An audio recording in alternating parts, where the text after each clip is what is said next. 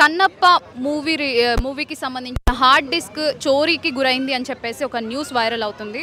So మార్నింగే executive producer police స్టేషన్కి వెళ్ళి ఫిర్యాదు చేసినట్టుగా తెలుస్తుంది.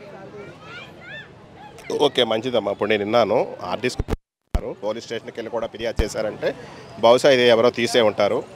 ఎవరు తీసినా అది కన్నప్ప టీంకి హ్యాండ్ ఓవర్ చేయండి. ఎందుకంటే ఒకవేళ మీరు అది తీసుకెళ్ళి ఎక్కడో ఉపయోగించుకుని ఏదో చేద్దాం అనుకుంటే అది మీకు ఎందుకు పనికిరాదు. అర్థమైందా? అది వాళ్ళు నటించారు, వాళ్ళు చేశారు, పైసలు వాళ్ళు పెట్టి తీశారు కాబట్టి వాళ్ళకి హ్యాండ్ ఓవర్ చేస్తే మంచిది. సో వీళ్ళకి బిజినెస్ పరంగా అయితే చేయొద్దు. దయచేసి ఎవరైనా తీసుంటే మాత్రం ఇచ్చేయండి. అంటే ప్రొడ్యూసర్ యొక్క కార్యాలయంలో పనిచేస్తున్న ఆఫీస్ బాయ్ అండ్ ఇంకో మహిళ ఇద్దరు చోరీ చేసినట్టుగా తెలుస్తుంది. సో వాళ్ళిద్దరి మీదే ఫిర్యాదు చేశారని చెప్పి. వాళ్ళిద్దరే ఉండొచ్చు, వాళ్ళిద్దరే వెనకాల ఇంకెవరన్నా ఉండొచ్చు. ఒకవేళ అలా జరుగుంటే మాత్రం అందరినీ శిక్షించాలి. హార్డ్ డిస్క్ని హ్యాండ్ ఓవర్ చేసుకుని సినిమాకి ఎట్లాంటి ఆటంకులు కలక్కోకుండా ఆ సినిమాని రిలీజ్ చేసుకుంటే మంచిది. మరికొంతమంది ఏమంటున్నారంటే బిజినెస్ అంటున్నారు, ప్రమోషన్ అంటున్నారు. ఏమో బిజినెస్కి ప్రమోషన్కి అయితే అంత అవసరం లేదు నాకు తెలిసి. బిజినెస్ కోసం ప్రమోషన్ల కోసం ఇప్పుడు ప్రభాస్ గారిని తీసుకున్నారు, ఇంటర్నేషనల్ స్టార్ని. అది చాలు వాళ్ళు అలా చేసుకోవాలనుకుంటే. అది సో ఆయన ఒక్కరుంటే మూవీ హిట్ పడిపోద్ది అంటారా? మరి అంతే మరి. ఎందుకంటే ఇప్పుడు విష్ణుని బట్టి చూడాలంటే కష్టం. అంటే ప్రభాస్ ఉంటే స్టోరీతో సంబంధం లేదు, ఆయన యాక్ట్ చేస్తే చాలంటారా? స్టోరీ అమ్మ, స్టోరీయే మెయిన్ స్టోరీయే. ఎందుకంటే ఆ స్టోరీకి తగినట్టు స్టోరీకి ప్రభాస్ గారు కావాలి కాబట్టి ఆయన తీసుకున్నారు. అది ఎందుకంటే స్టోరీ లేకుండా ప్రభాస్ ఉండగానే హిట్ అయిపోవు. ఎందుకంటే ప్రభాస్ సినిమాలు కూడా ఫ్లాప్ అయి ఉన్నాయి. అలా ఏం కాదు, ఆ స్టోరీకి ఆయన సరిపోతాడు కాబట్టి ఆయన తీసుకున్నారు. ఇఫ్ నిజంగానే ఆ హార్డ్ డిస్క్ పోయింది అనుకుంటే ఇప్పుడు రీషూట్ చేసే ఛాన్సెస్ ఉన్నాయా? రీషూట్లు అనేది చిన్న విషయం కాదమ్మా. ఏం షార్ట్ ఫిల్మ్లు కాదు, షార్ట్లు కాదు, సినిమాది.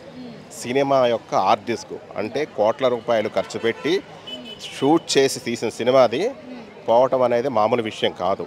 దాని మీద చాలా సీరియస్గా యాక్షన్ తీసుకోవాలి. ఒకవేళ పోయి ఉంటే వాళ్ళని శిక్షించాలి, అది రాబట్టుకునే ఏర్పాట్లు చేసుకోవాలి. అది మరి ఈ మూవీలో ప్రభాస్ గారు 200 crores తీసుకున్నట్టుగా తెలుస్తుంది రెమ్యునరేషన్. మరి ఎంత కొల్లగొట్టొచ్చు అనుకుంటున్నారు? లేదు, ఇవన్నీ కొన్ని పుకార్లు ఉంటుంటాయమ్మా. ఎందుకంటే ప్రభాస్ గారికి మోహన్ బాబు గారికి కొన్ని పరిచయాలు ఉన్నాయి.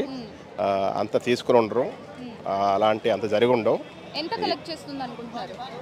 అవి కలెక్షన్లు అవనేది మనం చెప్పలేము. ఎందుకంటే అది రిలీజ్ అయిన తర్వాతే ప్రజల నాడు ఎలా ఉంటుందో మనం చెప్పలేం. అది ఇప్పుడు చెప్పలేం కదా. అలా ఇప్పుడు హరిహర వీరమల్ల కూడా ఉంది. ఆయన పెద్ద స్టార్ ఇప్పుడు ఇండియాలోనే వరల్డ్లోనే. ఇప్పుడు పవన్ కళ్యాణ్ గారికి ఎంతో నేమ్ ఉంది. ఇప్పుడు ఈ రెండు సినిమాలు ఇంచుమించు ఒకేసారి అంటున్నారు.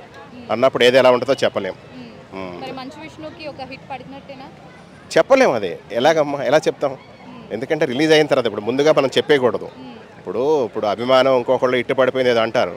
ఇప్పుడు నేను ఒక పెద్ద మనిషి తరహా, నేను దాన్ని ఎలా చెప్తాను? ఇట్టు పడాలనే కోరుకుంటున్నాను. నేను సినిమా అభిమానిగా, సినిమా పరిశ్రమలో ఒక సభ్యుడిగా ఎవరు సినిమా తీసినా ఆ సినిమా హిట్ అవ్వాలనే కోరుకుంటున్నాను.